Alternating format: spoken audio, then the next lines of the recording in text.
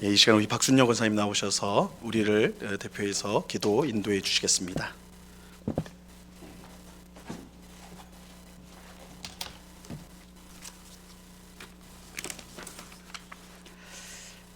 기도하겠습니다.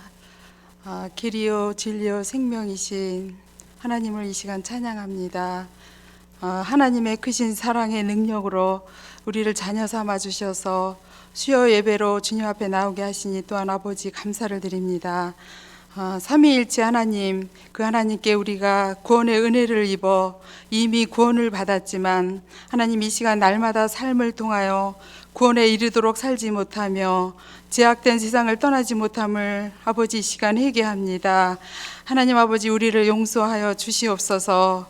아버지 예배와 말씀을 듣는 가운데 하나님의 음성을 듣게 하시고 하나님의 말씀을 깨달아 거룩하고 순결한 삶을 살아가는 주님의 백성들이 다 되기를 아버지 또한 원하옵나이다.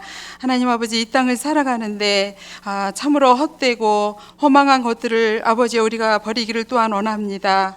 모든 악한 것, 하나님 교만한 마음, 아버지 외식된 자의 모습, 비방하는 악습관들 아버지 모두 버릴 수 있도록 성령 하나님께서 날마다 우리의 마음을 주장하여 주시옵소서. 아버지 그리하여 우리가 참으로 죽은 나무처럼 살지 아니하고 말씀을 통하여 날마다 거듭남으로 성숙한 신앙은으로 살아갈 수 있도록 하나님 인도하여 주시옵소서.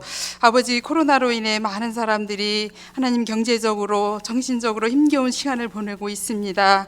우리 주님께서 그들의 손을 붙잡아 주셔서 아버지 지치지 않게 하시고 하나님을 신뢰함으로 소망을 갖게 하여 주시옵소서. 사람의 모든 행사하복이 주님께 있음을 우리가 믿고 두려움과 걱정이 아닌 날마다 주님을 의지함으로 기쁨으로 살아갈 수 있도록 인도하여 주시옵소서. 하나님 아버지 우리 사랑하는 응곡교회를 위하여 이 시간 기도합니다. 올 한 해에도 합심하여 교회 안에 목표를 세우고 비전을 주님 앞에 세우고 다짐하는 가운데 모든 계획들을 주님 은혜 가운데 아름답게 이루어 가는 한 해가 될 수 있도록 하나님 축복하여 주시옵소서. 특별히 지금 각 부서에서 진행 중에 있는 교육부서 하나님 겨울 수련회를 하나님께서 인도하여 주시옵소서. 비록 다 함께 모여 우리가 함께 할 수 없는 상황이지만 그 가운데도 우리 하나님께서 각자의 심령을 찾아가 주셔서 하늘의 지혜와 능력을 믿음을 더하여 주실 줄 하나님 믿습니다. 수고하시는 우리 교육자님들과 교사들 위에도 하나님의 한량없는 은혜가 임하여 우리 학생들을 진리의 말씀으로 잘 지도할 수 있도록 하나님 인도하여 주시옵소서. 아버지 지금은 저희가 매주일 아버지 만나지를 못하지만 서로의 안부를 묻고 특별히 육신의 질병으로 고생하는 우리 성도들, 마음의 고통으로 힘들어하는 우리 지체들 아버지 위하여 서로를 기도하며 배려하는 저희들이 될 수 있도록 아버지 인도하여 주시옵소서. 오늘도 담임 목사님 단위에 세우셨사오니 하나님 아버지 감사를 드립니다. 준비된 말씀을 잘 선포하실 때에 하나님의 능력과 감동으로 우리 모두 은혜 받는 시간 되게 하여 주시옵소서. 주님의 몸된 교회를 위하여 또한 아버지와 성도를 돌보는 우리 담임 목사님과 모든 부교육자님 항상 강건함을 주시고 성령 충만함으로 인도하여 주시옵기만을 간절히 바라오며 이 시간에 아버지와 모든 예배를 주님께서 주관하여 주시옵기를 원하오며 우리 주 예수 그리스도의 이름으로 기도하옵나이다.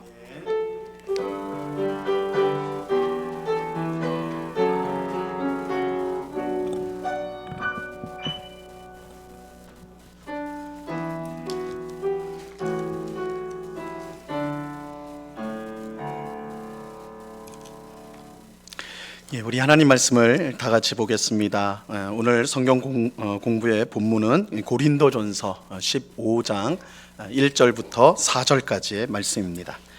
고린도전서 15장 1절로 4절까지의 말씀입니다.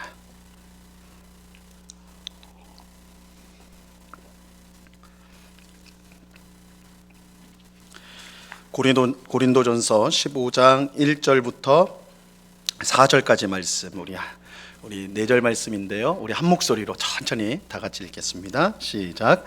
형제들아, 내가 너희에게 전한 복음을 너희에게 알게 하노니 이는 너희가 받은 것이요 또 그 가운데 선 것이라. 너희가 만일 내가 전한 그 말을 굳게 지키고 헛되이 믿지 아니하였으면 그로 말미암아 구원을 받으리라. 내가 받은 것을 먼저 너희에게 전하였노니 이는 성경대로 그리스도께서 우리 죄를 위하여 죽으시고 장사 지낸 바 되셨다가 성경대로 사흘 만에 다시 살아나사. 아멘. 우리가 작년까지는 수요 예배로 우리가 이제 예배를 드렸고, 올해부터는 이름을 좀 바꿔가지고요, 수요 성경 공부로 이렇게 이제 저희가 이렇게 모입니다. 이제 진행 방식은 사실은 지난 수요 예배 드렸던 거와 그렇게 큰 차이는 없을 거예요, 그죠? 그래서 근데 이제 내용을 이제 설교식보다는 강의식으로 해가지고 우리가 이제 성경 말씀을 좀 더 체계 있게 좀 같이 이야기도 나누고, 그 주제도 꼭 이제 성경 본문뿐만 아니라 어떤 교회사적인 내용들이라든지 우리가 좀 신앙적으로 알아야 될 내용들을 그런 것들을 하나씩 좀 배워보는, 익혀보는 그런 시간으로 삼으려고 합니다. 그래서 대략 이제 6주 정도가 한 코스로 돼가지고 이렇게 한 주제를 가지고 길면 6주, 짧으면 한 4주 해가지고 이렇게 이제 올 한 해 계속해서 이제 우리가 성경 공부를 할 건데, 아주 다채로운 주제로 말씀을 함께 배우고자 합니다. 우리가 이제 사도신경을 이제 배우고 있는데요. 사실 이렇게 모여서 하는 거는 오늘이 첫 시간이에요. 매일 이제 이전에 3번을 했고 오늘 4번째 시간인데, 첫 번째부터 3번째 시간에는 여기 한 4-5분 앉아 계신 자리에서 제가 성경 공부를 인도했습니다. 이렇게 이제 성도님들 많이 계시니까 마음이 흡족하네요. 마음이 편안해지고, 오늘 아무쪼록 이 사도신경 공부를 통해 가지고 특별히 오늘 부분은 예수님의 고난과 십자가 죽음에 대한 내용인데, 이 내용을 통해서 예수님의 고난과 십자가 그 깊은 뜻과 의미를 배워보는 시간이 될 수 있기를 바랍니다. 여러분, 그러니까 예배가 아니니까 너무 경직되게 앉을 필요는 없으세요. 그러니까 좀 편안하게 앉으셔가지고 강의를 보시고 그 나눠드린 유인물을 보시면서 하면 되겠습니다. 그 외국 사람들 이름을 우리는 좀 이제 생소하겠지만 외국 사람들이 안 쓰는 이름들이 있어요. 금기시되는 이름. 그 중에 하나가 유다라는 이름. 유다라는, 유대인들은 써요. 유대인들은 예수님 안 믿으니까 이제 신약 성경을 안 믿으니까 별 그게 없어서 이스라엘 유대인들은 쓰는데, 이제 기독교 문화권에 있는 나라에서는 유다라는 이름을 잘 쓰지 않습니다. 왜 그러겠어요? 예수님 파는 사람이잖아요, 그죠? 그래가지고 유다라는 이름 거의 금기시된 이름으로 그렇게 되는데, 또 하나의 이름이 있어요. 또 하나의 이름, 잘 안 쓰는 이름, 빌라도예요. 빌라도는요 굉장히 유명합니다. 우리가 보는 사도신경에 빌라도가 들어가 있잖아요. 사실 사도신경에 사람 이름이 둘이 있어요. 마리아, 그죠? 동정녀 마리아, 그리고 본디오 빌라도예요. 근데 동정녀 마리아는 굉장히 이제 칭찬, 그리고 예수님의 어머니로서 그렇게 존경과 사랑의 대상으로 나오지만, 이 본디오 빌라도는 본디오 빌라도에게 고난을 받으사 이렇게 돼버리기 때문에 아주 예수님을 핍박한, 예수님을 고통에 빠뜨린 그런 사람으로서 사도신경에 이름이 올라감으로써 2000년 교회 역사 내내 비난의 대상이 되었던 사람이 바로 이 본디오 빌라도예요. 그래서 우리가 사도신경 할 때마다 이제 본디오 빌라도에게 고난을 받았다 이렇게 하니까 이 본디오 빌라도가 정말 이건 천하의 나쁜 놈이 되어버리는데, 우리가 이제 성경을 읽어보면 사실 본디오 빌라도는 예수님을 살리려고 노력을 했죠. 이게 유대 지도자들이, 종교 지도자들이 억울한 누명을 씌워가지고 죽이려 한다는 걸 알고 풀어주려고 오히려 노력을 했어요. 그러니까 그런 거에 비춰보면 빌라도는 좀 억울한 입장일 수 있는 거예요, 그죠? 자기는 그래도 최선을 다했는데, 물론 결국 예수님을 십자가에 못 박게 한 결정은 빌라도가 합니다. 그게 로마 총독이었기 때문에 그 책임에서 자유로울 수는 없어요. 그럼에도 불구하고 그 자신은 내가 그 정도 그렇게 하진 않았는데 이렇게 마음을 표할 법하죠. 자, 오늘 우리가 이제 살펴볼 이 사도신경의 부분에 이 바로 본디오 빌라도의 내용이 있어요.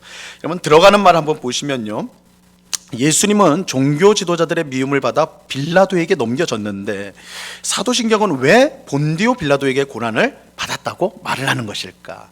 여러분 한번 생각해 보셨어요? 사실 예수님을 미워하고 죽이려고 했던 것은 종교 지도자들, 대제사장들, 서기관들, 바리새인들이었거든요. 그들이 이제 예수님을 본디오 빌라도에게 넘겨줘가지고 빌라도가 이렇게 이제 사형을 십자가형을 내리긴 했지만 사실 그 모든 걸 주도했던 건 종교 지도자들이었단 말이에요. 근데 왜 종교 지도자들이 아니라 본디오 빌라도에게 고난을 받았다 이렇게 사도신경은 고백하는 걸까? 그죠? 한번 생각해 보셨습니까? 우리가 평생 사도신경 엄청나게 많이 우리가 암송을 했을 텐데 그렇게 돼 있어요. 한번 오늘 이제 그 내용을 살펴보려고 하고요. 두 번째로는 예수님이 왜 고난을 받으셨고 왜 십자가에서 죽으셨는가, 그 이유를 다른 사람에게 우리가 설명할 수 있는가? 여러분 어떻습니까? 예수님이 왜 고난을 받으셨는지, 예수님이 왜 십자가에서 죽으셔야 됐는지 혹시 다른 사람이 물어본다면, 아니 예수님 왜 고난을 당하셨대요? 아니 예수님 하나님 아들이라는데 왜 십자가에서 죽으셨대요? 그럼 여러분은 뭐라고 설명을 하시겠습니까? 번뜩 떠오르는 말들이 있어요? 제가 딱 여러분을 보니까 다 고개를 숙이고 계세요. 이게 이제 굉장히 중요한 내용이면서도 사실은 우리 너무나 당연하게, 그죠? 예수님이 고난당했다, 예수님이 십자가에 못 박혀 죽였다, 이게 우리 너무 당연하다 보니까 사실은 그 속에 담긴 의미를 우리가 이제 곰곰이 생각하지 못할 때가 많아요. 이걸 설명하지 못할 때가 많다고요. 오늘 내용을 통해서 우리가 그것을 한번 살펴보고자 합니다. 자, 오늘 이 사도신경의 부분은 뭐냐면 본디오 빌라도에게 고난을 받으사 십자가에 못 박혀 죽으시고, 그리고 이제 장사되어까지 우리가 이제 살펴보겠습니다. 1번, 본디오 빌라도에게 고난을 받으사. 이 본디오 빌라도에게, 예수님께서 본디오 빌라도에게 고난을 받았다는 말은요, 사실은 이게 정확한 말은 아니에요. 원래대로라면 우리가 번역을 하면서 본디오 빌라도에게, 그래서 본디오 빌라도가 예수님에게 직접 고난을 준 것처럼 표현을 했지만 사실은 더 정확하게 말하면 본디오 빌라도 아래에서, 혹은 더 정확하게 말하면 본디오 빌라도의 치하에서, 그러니까 본디오 빌라도가 다스리고 있던 그때에 예수께서 고난을 받으셨다, 이렇게 표현한 게 맞습니다. 물론 본디오 빌라도가 고난을 준 것도 있죠. 사형 판결을 내린 건 본디오 빌라도니까. 그러나 다시 말씀드리지만 그 종교 지도자들, 또 유대인들, 백성들이 예수님을 이렇게 핍박하고 반대를 했죠. 그런 의미에서 본디오 빌라도에게 고난을 받았다라는 것은 더 정확하면 본디오 빌라도의 치하에서 그가 다스리고 있을 때에 예수님이 고난을 당하셨다, 이렇게 이제 우리가 봐야 되는 것입니다. 이 사도신경에서 빌라도라는 역사적 인물의 이름을 기록한 이유는요, 그러니까 종교 지도자들에 의해서 고난을 받았다 이렇게 표현하는 게 오히려 정확할 것 같은데, 왜 본디오 빌라도라는 구체적인 역사적인 사람의 이름을 그렇게 기록했느냐라는 것은 이 예수님의 고난이 역사적인 사실이기 때문이에요. 초대교회 당시에 어떤 사람들은요, 이제 이단들 중에는 어떤 이단들이 있었냐면 예수님의 신성을 강조하느니라고 예수님의 인성을 부정하는 사람들이 있었어요. 이거 쉽게 말하면 예수님은 하나님이시잖아요, 그죠? 우리 지난 시간에 성경 공부를 했죠. 예수님은 100% 하나님이시고 참 하나님이시고 또한 참 사람이시다, 이렇게 이제 우리 봤는데, 근데 이제 이 사람들은, 그러니까 우리가 성경을 볼 때에 성경에 기록된 걸 하나님 말씀으로 믿음으로 받아야 되는데, 사람의 머리를 막 이제 그 정도를 넘어서 사용하다 보면 엉뚱한 결과가 나온다고요. 이 사람들은 어떻게 생각했냐면, 그렇지, 예수님은 하나님이지 또 예수님이 사람이라고? 어떻게 하나님과 사람이 같이 있을 수 있을까? 만약에 둘이 같이 있다면 어떻게 된다고요? 사람이 하나님 속으로 들어갈 것이다. 그러니까 하나님과 사람이 같이 있다면 그건 당연히 사람이 하나님 속에 섞일 수밖에 없다. 그러니까 예수님이 하나님이라면 동시에 사람일 수는 없다는 거예요. 사람일 수는 없다. 그러면 성경에는 분명히 사람이라고 하는데 그건 뭐냐? 그렇게 보였을 뿐이라는 거예요. 그렇게 보였을 뿐이다. 그러니까 실제로는 사람이 아닌데 사람인 것처럼 보였다라는 거예요. 그래서 이거를 좀 어려운 말로 가현설이라고 그래요. 가현설이 뭐냐면 그렇게 보였다는 거예요. 가짜로 보였다는 거예요. 가짜로. 그러니까 예수님은 하나님이지 사람은 아니라는 거예요. 하나님이지 사람은 아니다. 이거 솔깃해요? 그렇지. 하나님하고 사람 같이 있으면 하나님이 이기니까 하나님이구나. 예수님이 어떻게 사람이 되겠어? 근데 여기 이렇게 되면 문제가 뭐냐면, 예수님이 하나님이기만 하고 사람이 아니면 어떤 게 문제가 됩니까? 예수님의 고난은 진짜가 아니게 돼버리는 거예요. 그잖아요. 예수님 자체가 사람으로 가짜로 나타난 것 같다면 그 가짜 사람이 받은 고난은 진짜일 수가 없는 거죠. 그러니까 예수님의 고난은 가짜가 돼버리는 거고, 그렇게 되면 예수님의 고난으로 말미암아 우리가 구원을 받았다고 했을 때 그 구원도 가짜가 돼버리는 거예요. 그러니까 이거 굉장히 심각한 문제가 발생하게 되는 거죠. 그래서 사도신경에서 본디오 빌라도에게 고난을 받았다, 이 본디오 빌라도의 이름을 박아넣은 이유가 물론 그가 다스리고 있었던 때 이 사건이 일어났기 때문이기도 하지만 역사적인 사람의 이름을 집어넣음으로써 예수님이 받으신 고난도 역사적인 사실이다. 이게 그저 그렇게 보여진 사건이 아니라, 머릿속에서 일어난 사건이, 상상 속의 사건이 아니라 실제로 본디오 빌라도라는 구체적인 사람을 통해서 그가 다스리고 있던 때 실제로 예수님이 고난을 받으신 것이다, 이런 의미로서 집어넣은 거라는 거예요. 그래서 우리가 본디오 빌라도에게 고난을 받았다, 이 사도신경으로 우리가 고백을 할 때 예수님은 우리와 같은 똑같은 사람으로서 고난을 받으셨구나, 그렇기 때문에 그 고난이 우리의 실제적인 구원이 될 수 있다는 거예요. 우리의 구원이 그냥 어디에 떠 있는 것이 아니라 예수님의 고난이 실제적이었기 때문에, 역사적이었기 때문에 우리의 구원도 역사적이고 실제적일 수 있었다, 이 의미가 이 속에 이제 들어가 있는 거예요. 그래서 꼭 이것을 이제 기억하면서 우리가 이제 사도신경을 고백해야 됩니다. 자, 그다음에 이제 고난을 받으사, 그죠? 본디오 빌라도에게 고난을 받았다라고 했을 때 이 고난을 받았다라는 뜻이 뭐냐? 몇 가지로 볼 수 있는데, 첫 번째로는요, 예수님은 죄인을 구원하려는 하나님의 뜻 때문에 고난을 받았어요. 그러니까 예수님이 고난을 받은 것은 우연한 일이 아니에요. 예수님이 무슨 잘못을 해가지고 그 잘못에 대한 결과로서 고난을 받은 것도 아니었어요. 처음부터 하나님의 뜻 가운데 있었던 거예요.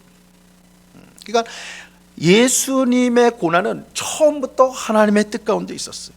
누가복음 17장 25절에 보면요, 뭐라고 말씀하냐면, 그러나 그가 먼저 많은 고난을 받으며 이 세대에게 버림바 되어야 할지니라. 이 말씀에서 중요한 게 되어야 할지니라, 이 말이 중요해요. 이게 사실은 우리식으로 이제 번역할 때 이게 좀 흐릿해졌는데, 뭐냐면 뜻이 이거예요. 그가 먼저 많은 고난을 반드시 받아야 한다.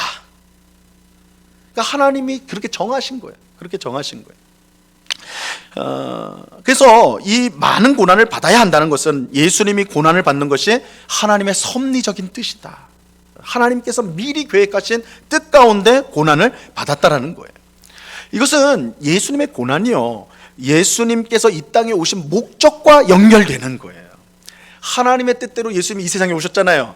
근데 예수님이 고난당한 것도 또 하나님의 뜻이에요.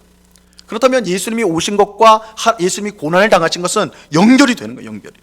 실제로 여러분, 예수님은요, 살기 위해서 이 땅에 오신 게 아니라, 이 땅에 태어나신 것이 아니라 죽기 위해서 태어나셨어요. 여러분, 우리는 서로를 축복할 때 뭐라고 그래요? 당신은 뭐 받기 위해 태어난 사람이요? 사랑받기 위해서. 당신은 사랑받기 위해 태어난 사람, 우리 그렇게 축복해 주잖아요. 근데 우리는 사랑받기 위해서 태어났을지 몰라도 예수님은 죽기 위해 태어나셨어요. 하나님이 그렇게 정하셨어요. 자기 아들을 이 땅에 보내신 목적이 뭐예요? 죽이기 위해서. 자, 그리고 그 죽음의 목적은 우리를 구원하는 것에 있었습니다. 마가복음 10장 45절 말씀인데요, 이거 중요한 말씀인데 우리 한번 유인물에 있죠? 같이 한번 읽어보겠습니다. 시작. 인자가 온 것은 섬김을 받으려 함이 아니라 도리어 섬기려 하고 자기 목숨을 많은 사람의 대속물로 주려 함이라. 인자가 온 것은, 이 인자란 말은 예수님이 자기를 가리킬 때 쓰는 용어예요. 그래서 인자가 온 거예요. 인자는, 성경에 인자가 나오면 예수님 이렇게 생각하시면 돼요. 사복음서에서 인자는 예수님이 온 것은 섬김을 받으려는 것이 아니라 섬기려고 왔는데, 뭘로 섬겨요? 자기 목숨을 섬기는 거예요. 대속물로 주려 함이라, 우리를 구원하기 위해서 자기의 목숨을 주기 위해 오셨다는 거예요. 요한복음 12장 24절을 유명한 말씀이죠. 내가 진실로 진실로 너희에게 이르노니 한 알의 밀이 땅에 떨어져 죽지 아니하면 한 알 그대로 있고 죽으면 많은 열매를 맺느니라. 이 말씀은 예수님의 십자가 죽음을 얼마 앞두지 않고 하신 말씀이에요. 그냥 도덕적인 교훈을 주려고 하신 말씀이 아니라 자기의 죽음에 대해서 말씀한 거예요. 한 알의 밀알이 죽으면, 그죠? 죽으면 많은 열매를 맺는다. 내가 왜 곧 죽어야 되느냐? 내가 왜 내가 십자가에서 죽어야 되느냐? 많은 사람을 구원하기 위해서다. 구원하기 위해서다. 이렇게 말하는 거예요. 예수님은 우리 죄인을 구원하기 위해 이 세상에 오셨고 이를 위해 고난을 받으셔야 했던 것입니다. 자, 구약성경 이사야서 53장 6절은 더 분명하게 말씀하고 있습니다. 이 말씀도 우리 한번 같이 한번 읽어봅니다. 시작. 우리는 다 양 같아서 그릇 행하여 각기 제 길로 갔거늘 여호와께서는 우리 모두의 죄악을 그에게 담당시키셨도다. 누가 담당시켰어요? 하나님이요. 하나님이 우리 죄인, 우리의 모든 죄를 그 아들에게 감당시키기로 작정을 하시고 보내주신 거예요. 그러니까 이 이사야서의 말씀은 예수님 오기 7, 800년 전에 예언된 말씀이니까 하나님의 뜻이 이미 섰어요. 내가 내 아들을 보낼 건데 그 아들은 너희를 위해 너희 죄를 대신 짊어지고 죽을 아들이다. 그래서 예수님의 고난은 하나님의 뜻 가운데 있었다. 하나님의 섭리 가운데 있었던 고난이었다. 우리가 이제 예수님의 고난을 생각할 때 그것 꼭 기억하셔야 돼요. 그러니까 그게 우연히 일어난 거거나 혹은 예수님이 큰 뜻을 품고 그렇다 했다거나 그런 게 아니에요. 하나님의 뜻 가운데 우리를 구원하기 위해서 하나님께서 처음부터 계획하신 거예요. 두 번째로 예수님은요, 그의 생애 전체를 통해 고난을 받으셨어요. 여러분, 예수님이 고난받았다 하면 딱 떠오르는 게 뭐예요? 뭐가 딱 떠오르세요? 십자가, 그죠? 보통 우리가 다 십자가만 생각을 해요. 그런데 예수님의 고난은 사실은 예수님이 이 땅에 오면서부터 아버지 하나님께로 갈 때까지 그 인생 전체가 고난이었다. 성경은 그렇게 말씀해 주고 있어요. 하나님의 아들이신 예수님이 사람이 된 것부터 고난이죠. 어떤 책에 보니까 그렇게 묘사를 했어요. 우리가 바퀴벌레가 된다면, 여러분, 우리가 바퀴벌레가 된다면 그거 괜찮으시겠어요? 그런 끔찍한 일이 어디 있습니까? 우리가 바퀴벌레가, 기분도 나쁘고 그 욕이죠. 우리가 어떻게 바퀴벌레가 된단 말이에요. 근데 온 세상을 창조하신 그 하나님이 우리와 같은 보잘것없는 피조물 인간이 됐다. 이것은 사람이 바퀴벌레가 된 것보다 훨씬 못한 일이 되겠죠. 그러니까 예수님, 하나님의 아들이신 예수님이 사람이 되었다. 그 자체부터 그것부터 고난이었어요. 자, 예수님이 이제 이 땅에 태어나셨을 때는요, 예수님, 우리 이제 성탄절에 많이 생각을 하는데, 예수님이 딱 탄생하셔서 마리아의 몸에서 딱 나셨을 때 어디에 누웠습니까? 어디에 자리를 펴고 누웠죠? 예수님이? 왜 이렇게 자신이 없으세요? 성탄절이 지나서 이제 말구유, 짐승의 먹이를 담는 거기에 예수님이 담기셨어요. 그죠? 이게 하나님의 아들이 온 자리예요. 고난이죠. 또 예수님은 환영을 받았던 게 아니에요. 헤롯 대왕이 어떻게 합니까? 죽이려고 그랬죠. 그래서 죽이려고 군사를 보내고, 그 다음에 실제로 어떻게 했습니까? 예수님이 태어난 곳인 베들레헴, 거기에 있는 2살 아래의 아기들을 다 죽여버렸죠. 그러니까 끔찍한 유아 학살이 일어났어요. 그러니까 예수님은 태어나서 얼마 되지 않아 살해 위협을 받으셨어요. 그것도 한 나라의 왕이 예수님을 죽이려고 했어요. 그 고난을 받으셨어요. 또 아기 예수님은요, 이런 헤롯 대왕의 위협을 피해서 난민 생활을 하셨습니다. 여러분, 예수님이 난민 출신이라는 거 아세요? 우리 뉴스 같은 데 보면 난민으로 오는 분들 우리가 보죠. 굉장히 이제 난민 인정이 안 되면 굉장히 고달픈 삶을 살지 않습니까? 근데 예수님이 그런 삶을 사셨어요. 헤롯 대왕이 죽이러 가니까 이제 하나님께서 천사를 보내서 애굽으로 피신해 있어라. 그래서 예수님은 아주 어렸을 때부터 애굽에서 자라게, 거기서 성장을 하셨죠. 뭐 그렇게 긴 시간은 아니다 할지라도 어릴 때부터 이민자가 되셨어요. 난민이 되셨죠. 난민. 그 다음에 예수님은요, 가난한 부모 밑에서 힘들게 자라셨어요. 여러분 아십니까? 예수님의 부모가 굉장히 가난했습니다. 그거 어떻게 아나? 누가복음 2장 24절에 보면요, 예수님을 이제 예수님 낳고 그 성전에서 이제 그 뭐라고 할까, 제사를 이제 드리잖아요. 그럴 때 이 부모들이 어떤 요셉과 마리아가 어떤 제물을 드리냐면 비둘기를 드립니다. 비둘기. 근데 이 비둘기라는 제물은 아주 가난한 사람이 바치는 예물이에요. 그러니까 그걸로 보아서 그들이 믿음이 없어가지고 소 바치는 거 아까우니까, 염소 바치는 거 아까우니까 아니건, 그건 믿음이 엄청난 두 사람 아닙니까? 근데 비둘기밖에 못 바쳤다고. 그러니까 굉장히 가난했다라는 것을 알 수가 있어요. 그러면 아니 그 애굽으로 외국에서 살다가 왔다는데 어떻게 그 가난한 부부가, 젊은 부부가 외국을, 애굽에서 살다 왔을까요? 어떻게 왔다 갔다 했을까요? 여러분 어떻게 생각하세요? 어떻게 왔다 갔다 했을까요? 거기서 어떻게 살았을까요? 난민 생활을 했을까요? 오늘날처럼 막 비행기 타고 가는 것도 아니고 굉장히 그 고단한, 그죠? 가서도 뭘 먹고 살았을까? 이 이제 정확한 그건 없지만 우리가 추론해 볼 수가 있어요. 그 예수님 태어났을 때 손님이 왔죠. 누가 왔습니까? 동방박사들이 와서 뭘 바쳤어요?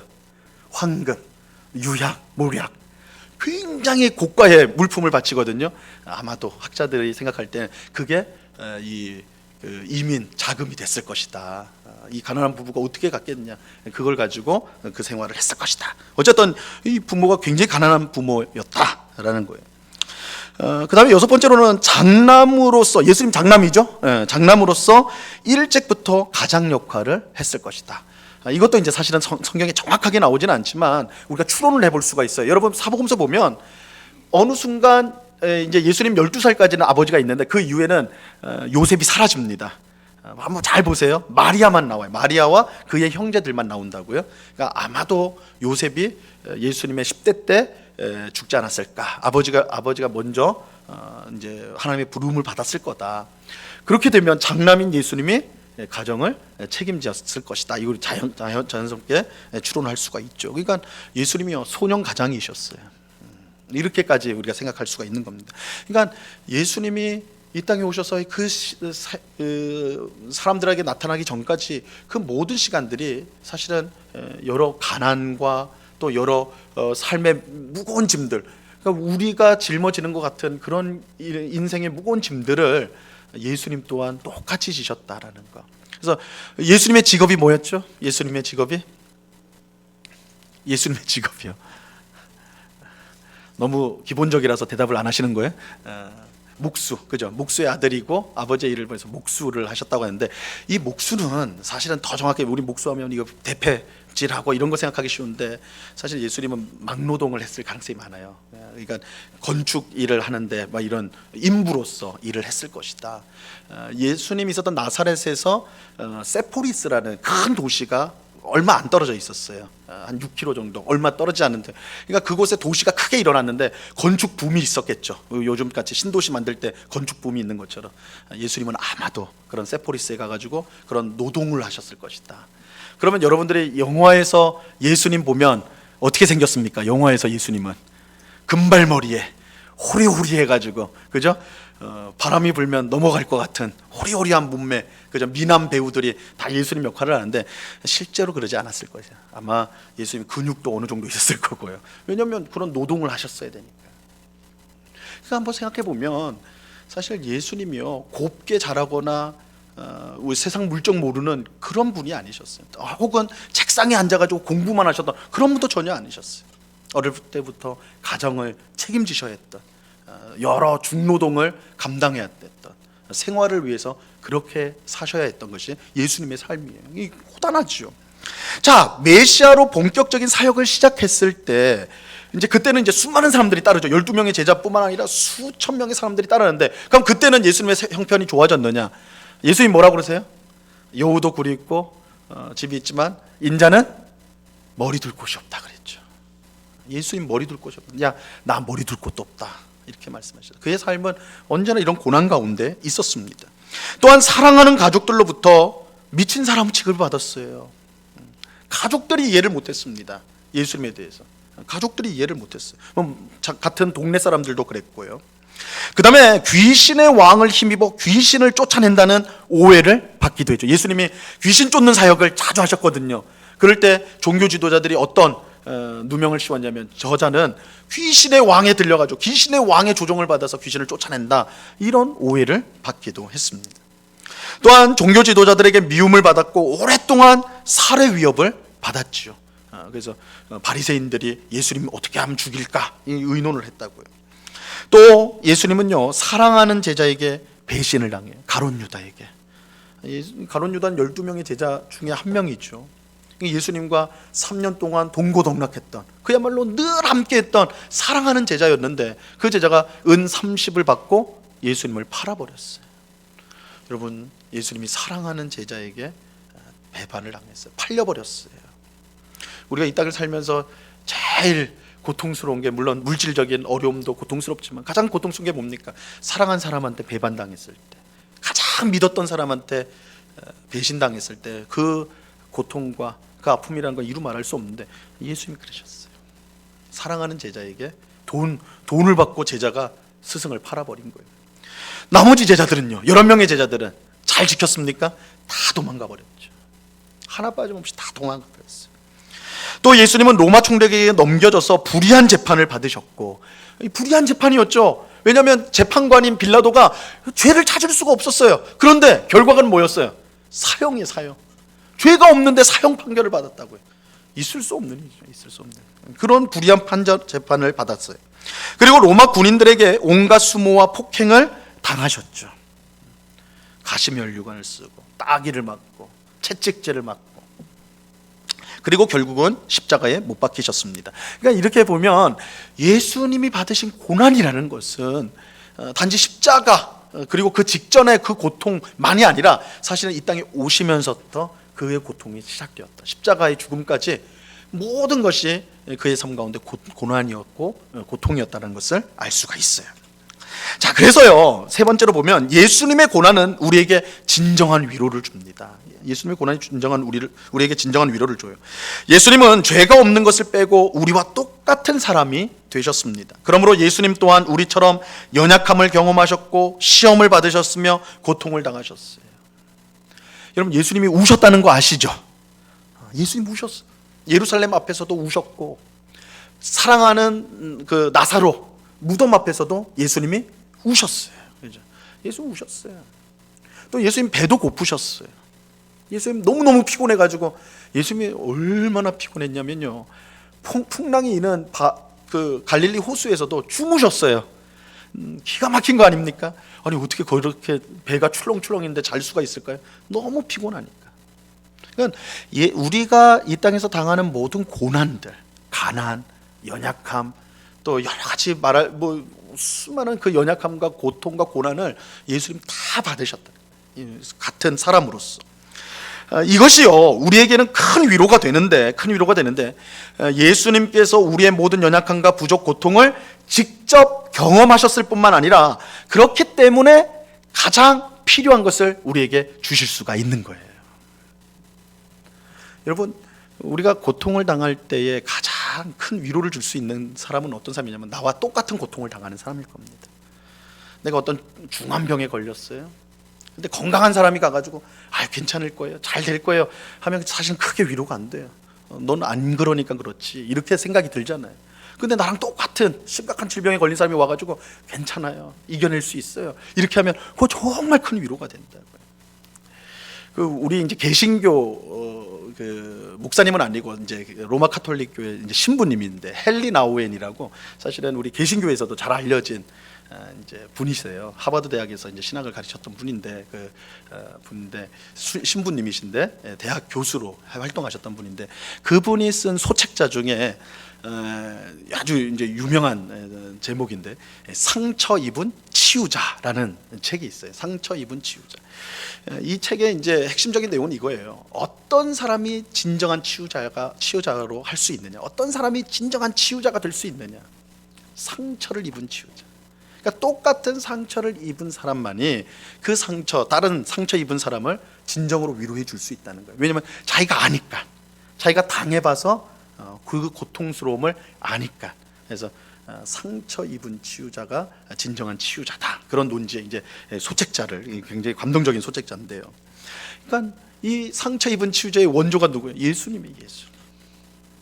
만약에 예수님이 하나님의 아들로서 인간이 되시지 않으셨다면 그분은 우리의 병을 고칠 수 있고 우리의 연약함을 다 어떻게 책임져 질 수 있고 다 그렇게 하실 수는 있을 거예요. 그런데 고통당하는 내 마음, 불안하고 두려운 내 마음은 예수님 모르신단 말이에요. 그분은 그걸 경험해 보지 않았으니까. 그렇죠? 근데 예수님은 우리와 똑같은 사람이 되셔서 똑같은 경험들을 하심으로 말미암아 우리에게 진정한 치유자가 될 수가 있었던 거예요. 이런 점에서 여러분, 성경의 인물들 있잖아요. 성경에 나온 인물들은요, 여러분 절대 영웅이 없습니다. 여러분, 성경에는 영웅이 없어요. 성경에 나오는 모든 인물들은 어느 면에서는 다 상처 입은 치유자들이에요. 상처 입은 치유자들. 여러분, 우리 특별히 이제 청소년들 이제 키우는 부모님들이 좋아하는 성경 인물이 요셉이에요. 요셉. 꿈꾸는 자, 그죠? 그래서 야, 너도 요셉처럼 꿈꾸는 사람이 되어라. 꿈꾸는 사람이 되라. 그래서 나중에 애굽 총리가 됐지. 너도 위대한 사람이 되라. 이렇게 이제 하는데, 사실 성경 제대로 읽어보세요. 요셉은 꿈꾸는 자가 아니라 꿈으로 망한 자예요. 그죠? 꿈꿔가지고 망한 거예요. 꿈꿔가지고 그거 형들한테 말해가지고 형들이 미워가지고 팔아넘긴 거 아닙니까? 그래서 종이 돼버리는 거 아니에요. 노예가 돼버리는 거 아니에요. 꿈이 중요한 게 아니에요, 사실은. 그러니까 요셉은 꿈꾸는 자가 아니라 사실은 망한 자죠. 완전히 망해버렸죠. 그런데 그가 애굽 총리가 될 수 있었던 건 누구 때문에? 하나님이에요. 근데 하나님의 섭리로 그렇게 되잖아요. 근데 요셉이 바로 그냥 승승장구해가지고 총리가 되지 않는다고 해요. 가장 밑바닥으로 떨어져가지고 노예, 그 다음에 더 떨어져가지고 죄수까지 떨어져가지고 애굽 총리가 되잖아요. 그러니까 형들을 용서하고 품어주는 치유자가 될 수 있는 거예요. 그 고난을 당하고 그 어려움을 당했으니, 그러니까 상처 입은 치유자 될 수 있다라는 것이죠. 어느 목사님이 이제 설교하는 걸 들었는데, 목회를 하다 보니까 너무 힘들 때가 있잖아요, 그렇죠? 우리 교회는 제가 힘들 때가 별로 없는데 우리 성도님들이 잘 협력을 해주셔서, 근데 그 목사님은 어떤 성도님이 굉장히 힘들게 했던 것 같아요. 너무 이제 이렇게 합시다 그러면 다 청개구리처럼 아닙니다 막 딴 길로 가니까 목사님이 너무 속상해가지고 이거 어떻게 목회를 하나 하다가, 그분은 이제 그렇게 힘들 때, 성도 때문에 힘들 때 보는 성경이 있대요. 민수기를 보면요, 이제 출애굽 얘기잖아요. 광야 생활 얘기인데, 이스라엘 백성들이요, 모세를 그렇게 말을 안 들어요. 한번 보세요. 지독해요. 맨날 목마르다, 고기 달라, 힘들다, 계속 그래요. 대들어요. 그러니까 목사님이 민수기를 보면서 위로를 받는데, 야, 모세는 하나님의 친구고 위대한 선지자고 또 위대한 지도자인데, 이런 모세도 이렇게 백성들에게 미움을 받았다면 나 같은 사람이 미움받는 건 당연하지. 위로가 되더라는 거예요. 그래서 예수님께서 이런 모든 우리의 고통, 우리의 사람으로서 당하는 모든 고통과 어려움을 당하신 것은 바로 우리의 진정한 치유자가 되기 위해서. 그래서 예수님의 고난이요, 우리에게 위로가 되는 거예요. 내가 이렇게 외로운 거 누가 알까? 내가 이렇게 아픈 거 누가 알까? 이렇게 두려운 거 누가 알까? 예수님은 아세요. 사람은 몰라도, 같은 가족이라도, 같은 피를 나눈 내 자녀라도 내 아픔을 모를 때, 내 외로움을 모를 때 예수님은요, 내가 안다, 내가 그랬어 이렇게 말씀하신 분이 예수님이라는 거예요. 자, 히브리서 2장 18절 말씀 우리 같이 한번 읽어볼까요? 그가 시험을 받아, 시작. 그가 시험을 받아 고난을 당하셨은즉 시험 받는 자들을 능히 도울 수 있느니라. 그죠? 예수님이 고난을 받아서 고난 당하는 우리를 능히 도울 수가 있는 것입니다. 자, 네 번째로 예수님의 고난은 하나님의 뜻에 대한 순종이었어요. 예수님이 당하신 삶 속의 고난과 십자가 고난은 모두 하나님의 뜻에 의한 것이었어요. 예수님은 하나님의 뜻에 순종하심으로 고난을 받으셨고, 그 결과 하나님의 구원 역사를 이루셨어요.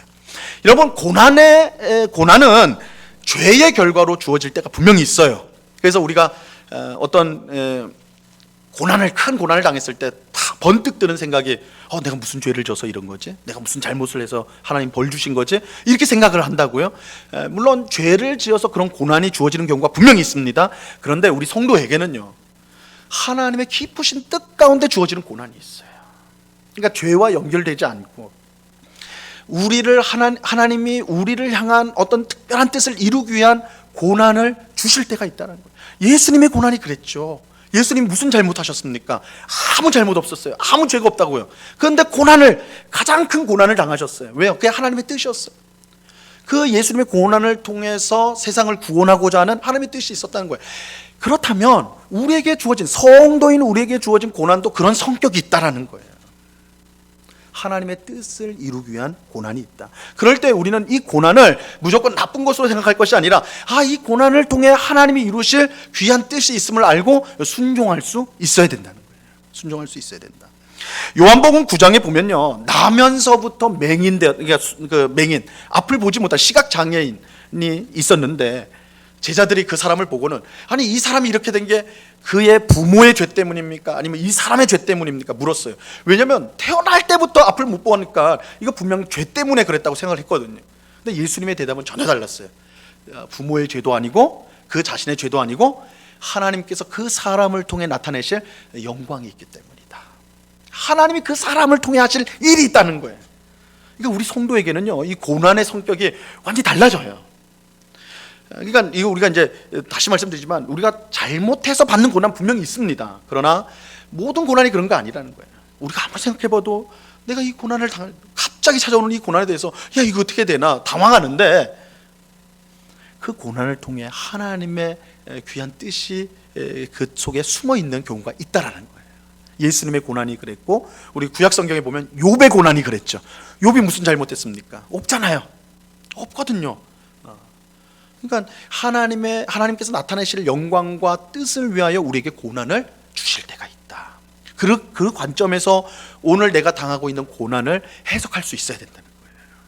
그러면 우리가 고난을 당할 때 믿음이 떨어지고 시험에 드는 게 아니라 오히려 하나님을 더 붙들게 되는 거죠. 하나님 이 고난을 통해서 주의 선한 뜻이 이루어질 줄로 믿습니다. 더 복되게 인도하실 줄로 믿습니다. 그렇게 한다면 고난이 우리에게 유익하고 복이 되는 것이죠. 그래서 예수님의 고난은 하나님의 뜻에 순종한 고난이었다. 우리 또한 그런 고난 가운데 순종해야 된다라는 것을 알 수가 있어요. 자, 그 다음에 넘어가면 이제 십자가에 못 박혀 죽으시고 장사한 지 이렇게 이제입니다. 예수님의 고난의 최고조가 바로 이 십자가 죽음입니다. 이 십자가 죽음을 살펴보는데 이 십자가는요, 로마 제국에서 가장 흉악한 죄인에게 내린 처벌이 십자가형이었어요. 십자가형은 아무에게나 주는 게 아닙니다. 굉장히 중범들에게, 특별히 그러니까 나라를 뒤집어 엎으려는 그런 혁명가들, 내란 음모자들, 그런 자들에게 주어졌던 것이 이 십자가형이에요. 이 십자가형이 너무나 끔찍해가지고요, 로마 시민에게는 주지 않습니다. 이 십자가형은 로마 시민에게는 안 줘요. 그러니까 로마 시민이 아닌 자들에게만 주어지는 형벌이 이 십자가형이에요. 여러분, 그 예수님 양옆에 십자가에서 죽은 강도들이 있죠. 강도들. 여러분, 강도들을 하니까 저 강도들 사람 여러 죽였구나 이렇게만 생각하기 쉬운데 그 강도라는 말은 사실 혁명을 했다라는 거예요. 로마 제국을 물리치는 테러리스트라는 거예요. 사실은 그러니까 정치범들이에요. 정치범들 두 사람이. 그러니까 그런 중함죄, 나라를 뒤집으려 엎으려고 하는 그런 중한 죄인들이 십자가형을 받는 거예요. 예수님이 그 형을 받았다는 거예요. 근데 성경에서도요, 십자가에 매달린 것, 성경에는 나무에 매달리는 거라고 표현을 하는데, 나무에 매달리는 것은 매우 끔찍한 형벌로 간주가 되었습니다. 그래서 신명기 21장 23절에 보면 나무에 매달린 자는 하나님께 저주를 받은 자다라는 율법의 말씀이 나와요. 그러니까 이 십자가형이라는 거는 로마 형벌로 보면 가장 끔찍한 죄인에게 내리는 것이고, 성경으로 보자면, 율법으로 보자면 이것도 하나님의 저주를 받은 자가 받는 형벌로서 형벌이 바로 십자가형이었다라고 할 수가 있는 것이죠. 자, 그러면 예수님의 십자가 죽음의 의미를 한번 볼게요. 예수님의 십자가 죽음은 우리의 죄를 씻기 위한 죽음이었습니다. 히브리서 9장 12절 말씀입니다. 이 말씀 같이 한번 읽어볼까요? 시작. 염소와 송아지의 피로 하지 아니하고 오직 자기의 피로 영원한 속죄를 이루사 단번에 성소에 들어가셨느니라.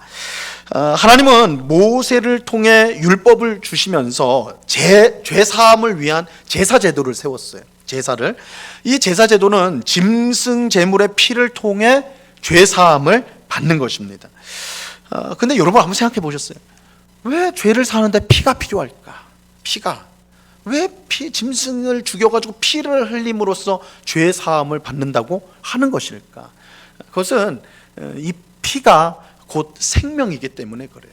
여러분, 죄의 삭은 뭡니까? 사망이잖아요. 죄의 삭은 사망이에요.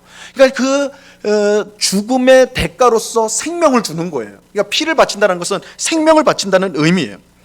그래서 레위기 17장 11절에 보면 분명히 이렇게 말씀하죠. 육체의 생명은 어디에 있다고요? 피에 있다. 그죠? 육체의 생명은 피에 있다. 내가 이 피를 너희에게 주어 제단에 뿌려 너희의 생명을 위하여 속죄하게 하였나니 생명이 피에 있으므로 피가 죄를 속하느니라. 피가 생명이기 때문에, 그리고 죄의 삭은 사망이기 때문에 죄를 생명인 피로 씻는 거예요. 이게 원리예요. 제사의 원리예요. 하지만 이 짐승 제사는 한계가 있어요. 왜 그럴까요? 짐승의 피는, 짐승의 생명은 짐승의 죽음만을 하고만 맞잖아요. 그죠? 짐승의 생명이 사람의 생명을 대신할 수 없는 거잖아요. 그래서 구약 시대의 짐승 제사는 그 자체로 한계를 가지고 있던 거예요. 그러니까 짐승의 피로 우리가 죄가 씻겨지는 게 아니에요, 사실은. 그래서 히브리서 10장 4절에 뭐라고 돼 있냐면 황소와 염소의 피가 능히 죄를 없이 하지 못한다. 그러니까 구약 제사는 한계가 있어요, 그 자체로. 그러니까 구약 제사는 완전한 제사법으로 준 게 아니라 뭘 가리키는 거예요? 앞으로 되어질 하나님의 아들의 죽음을 가리키는 거예요. 만약에 구약의 제사가 유효했다면, 진짜 짐승을 죽여가지고 우리 죄가 없어진다면 지금도 교회는 도축을 해야 돼, 그죠? 여러분들 죄 지으면 닭 한 마리씩, 닭은 아니, 하여튼 그 염소, 큰 죄 지었으면 소 한 마리 가져오셔야 되는 거예요. 저는 백정이 돼가지고 죽여서 피 뿌리고, 교회는 막 피냄새로 아주 진동을 하겠죠. 근데 그렇게 안 한다고요. 왜냐하면 짐승의 제사라는 거는 한계가 있어요. 그걸로는 되지 않아요, 사실은. 그거는 예수 그리스도 하나님의 아들의 죽음을 가리키는 역할을 하는 거예요. 그래서 예수님이 십자가에서 죽었을 때 더 이상 제사를 드리지 않게 되는 거예요. 왜냐하면 예수님의 피로 완성이 되었기 때문에. 그래서 예수님은요, 제사장으로서 자기 몸, 자기 피를 제물로 드린 제사장. 우리 지난주에 그리스도의 의미를 살펴보면서 말씀을 드렸죠. 예수 그리스도라 할 때 이 그리스도 안에는 제사장이라는 뜻이 담겨 있다. 그래서 예수님이 제사장인데 아주 독특한 제사장이라고 그랬어요. 자기 몸을 제물로 바친 제사장. 그래서 그러니까 예수님이 사람이 되셔서 사람의 생명을 주신 거예요. 그러므로 우리 사람의 죄가 씻겨진 것이죠. 자, 두 번째로 예수님의 십자가 죽음은요, 그 의미가 뭐냐면 우리가 받아야 될 하나님의 저주를 대신 받은 죽음이었어요. 하나님의 저주를. 그러니까 첫 번째는 죄를 씻기 위한 죽음이었고, 두 번째는 하나님의 저주를 대신 받은 죽음이었다. 나무에 달린 자는 하나님께 저주를 받은 자였습니다. 하지만 예수님은 죄가 없을 뿐만 아니라 저주를 받을 이유가 전혀 없었어요. 그런 예수님이 나무에 매달리신 것은 우리가 받아야 될 하나님의 저주를 대신 받기 위해서였어요. 그래서 갈라디아서 3장 13절에 보면 그리스도께서 우리를 위하여 저주를 받은 바 되사, 이렇게 말씀하고 있어요. 여러분 이 생각해 보셨어요? 왜 유대인들은 예수님 안 믿을까요? 왜 예수님을 안 믿을까요? 유대인들은 자기 나라 땅, 자기 백성, 정확히 말하면 예수님은 유대인 아닙니까? 그죠? 자기 동족이기도 한데. 근데 유대인들은 지금도 99%가 예수님 안 믿어요. 왜 안 믿을까요? 유대인들이 예수님을 안 믿는 이유는 여기에 있어요. 나무에 매달린 자, 십자가에 매달린 자는 어떤 사람이라고요? 하나님의 저주를 받은 사람입니다. 하나님의 저주를 받은 사람이 어떻게 메시아가 될 수 있냐, 구원자가 될 수 있냐? 그럴 수 없다는 거예요. 그래서 유대인들이 예수님 못 믿어요.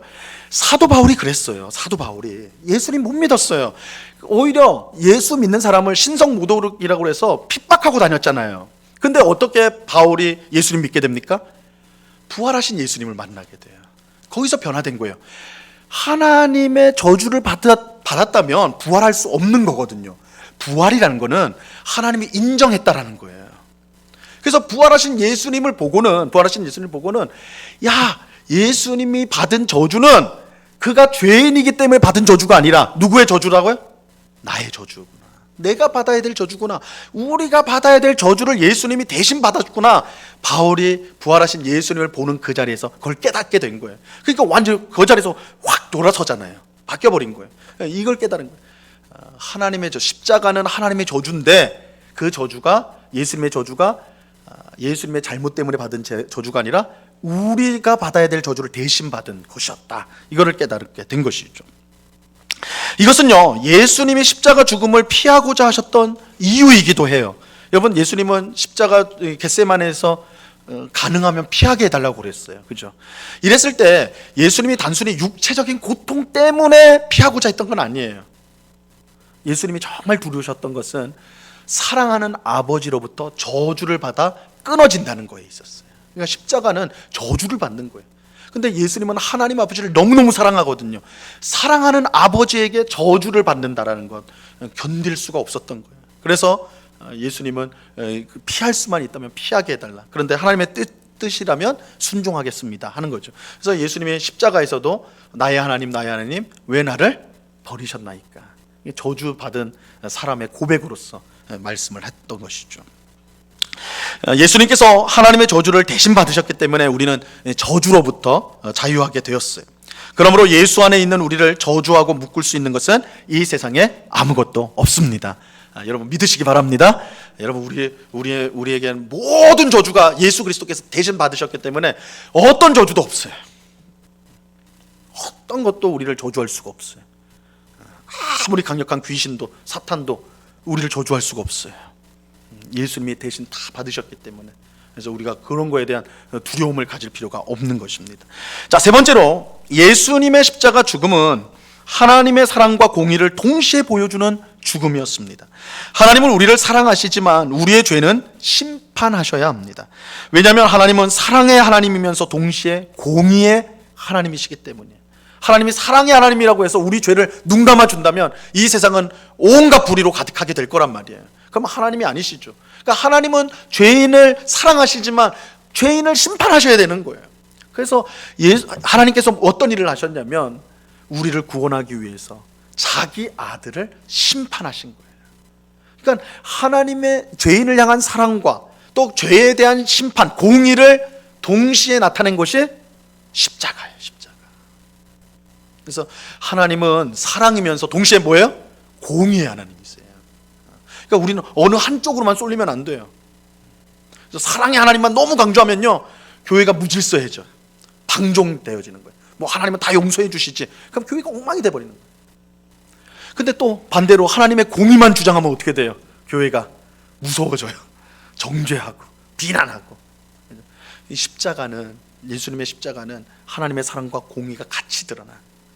그래서 우리 십자가를 따르는 우리 또한 마찬가지로 죄인을 사랑하지만 죄는 미워하는, 이게 십자가 정신이라고 할 수가 있는 것이죠. 그래서 예수님의 십자가 죽음은 하나님의 사랑과 공의를 동시에 보여주었다. 자, 네 번째로 우리가 져야 될 십자가가 있어요.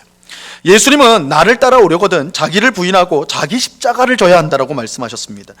물론 우리가 져야 될 십자가는 예수님이 지신 십자가와는 질적으로 달라요. 내가 다른 사람의 죄를 위해서 십자가를 진다? 있을 수 없는 일이에요. 그건 필요도 없고 할 수도 없는 일이고.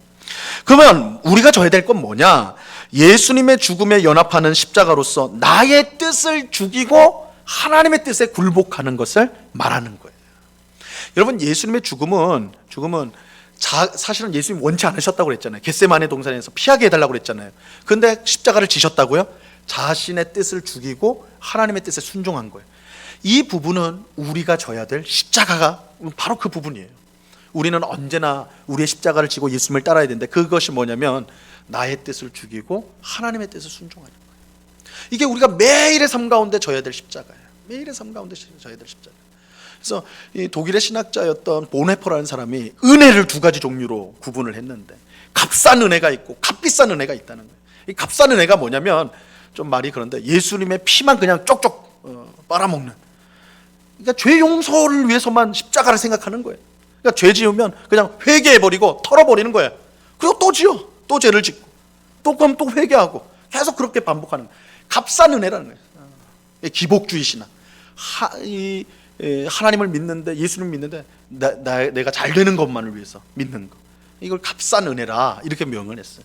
근데 우리 성도는 값비싼 은혜를 받은 자가 됐다. 이 값비싼 은혜는 뭐냐면 예수님이 우리 죄를 위해서, 우리를 구원하기 위해서 흘리신 그 피의 가치를 알고 그 가치에 합당하게 사는 거, 그게 값비싼 은혜다라고 표현을 했어요. 그래서 예수님을 믿는 사람은, 예수님이 십자가 죽음을 믿는 사람은 우리 또한 그 십자가를 져야 된다. 그 십자가는 뭐냐?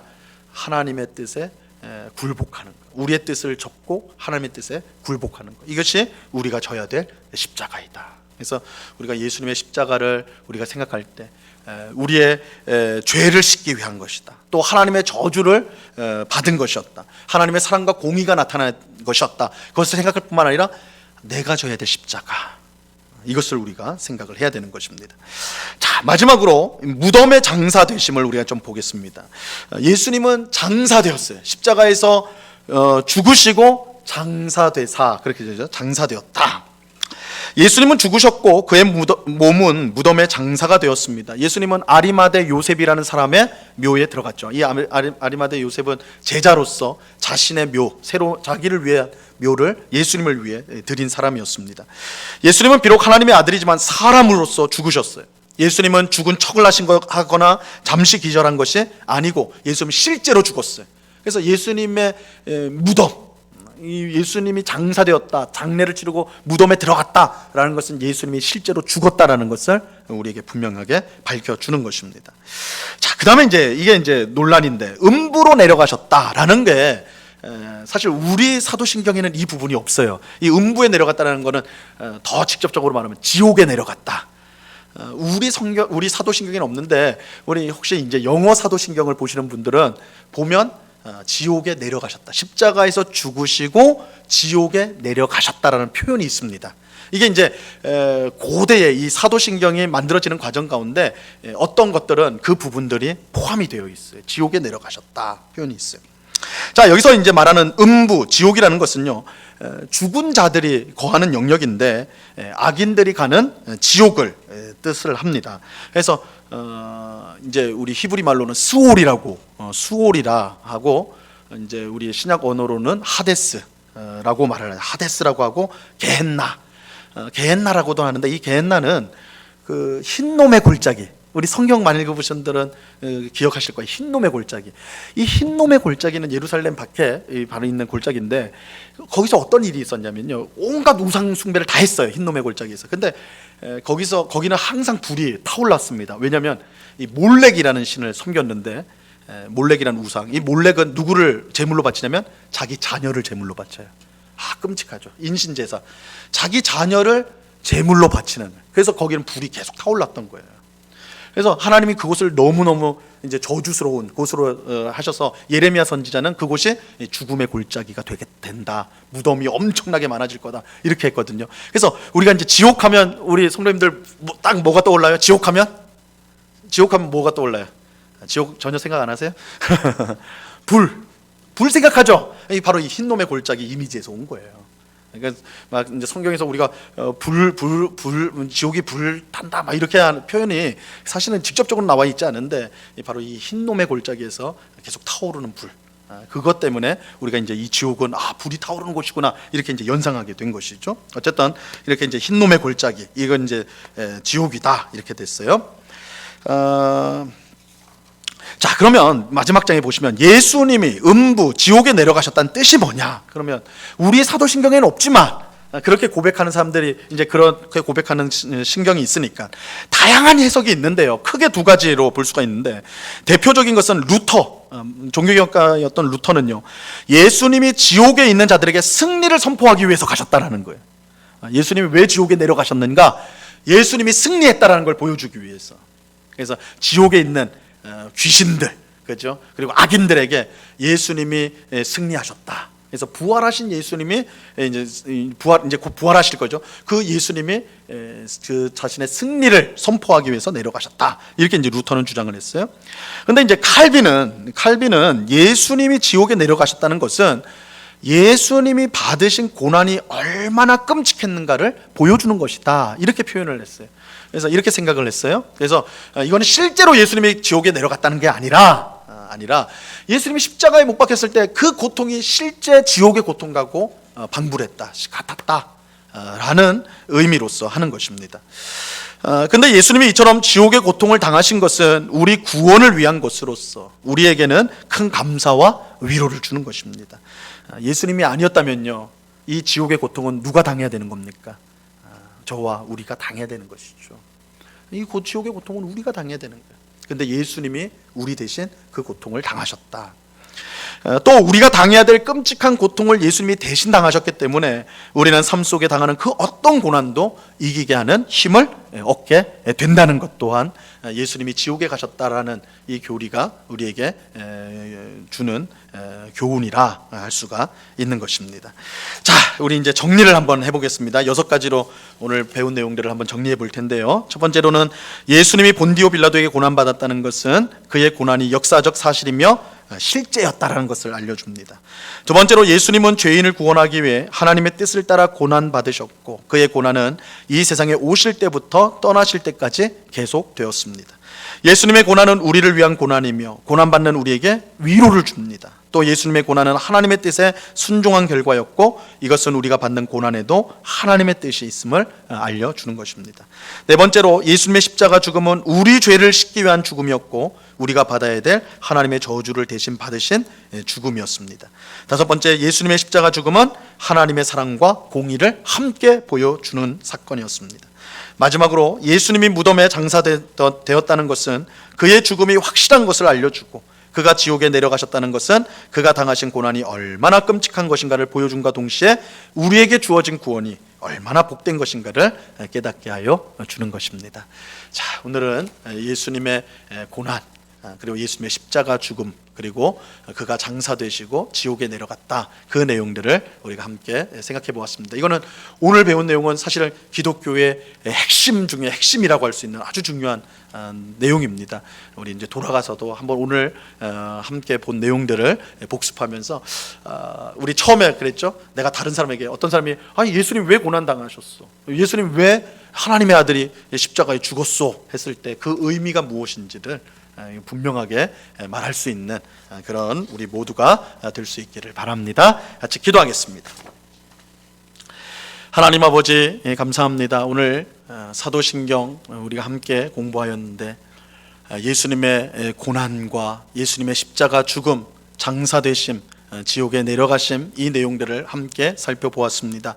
오늘 함께 생각하고 배운 내용들을 우리의 마음에 잘 새겨서 예수님의 고난, 그 십자가 죽음의 깊으신 뜻을 우리가 마음에 새기고 항상 우리의 죄를 위하여, 우리를 구원하기 위하여, 우리를 사랑하기 위하여 대신 고통당하신 그 예수님의 사랑과 은혜를 우리가 항상 기억하고 감사하며 또한 의지하며 그 십자가, 그 고난의 공로로 우리에게 주어진 놀라운 은혜와 복을 항상 누리며 살아가는 주의 백성들이 다 될 수 있도록 주님 주장하여 주시옵소서. 감사하오며 예수 그리스도 이름으로 기도드리옵나이다. 아멘.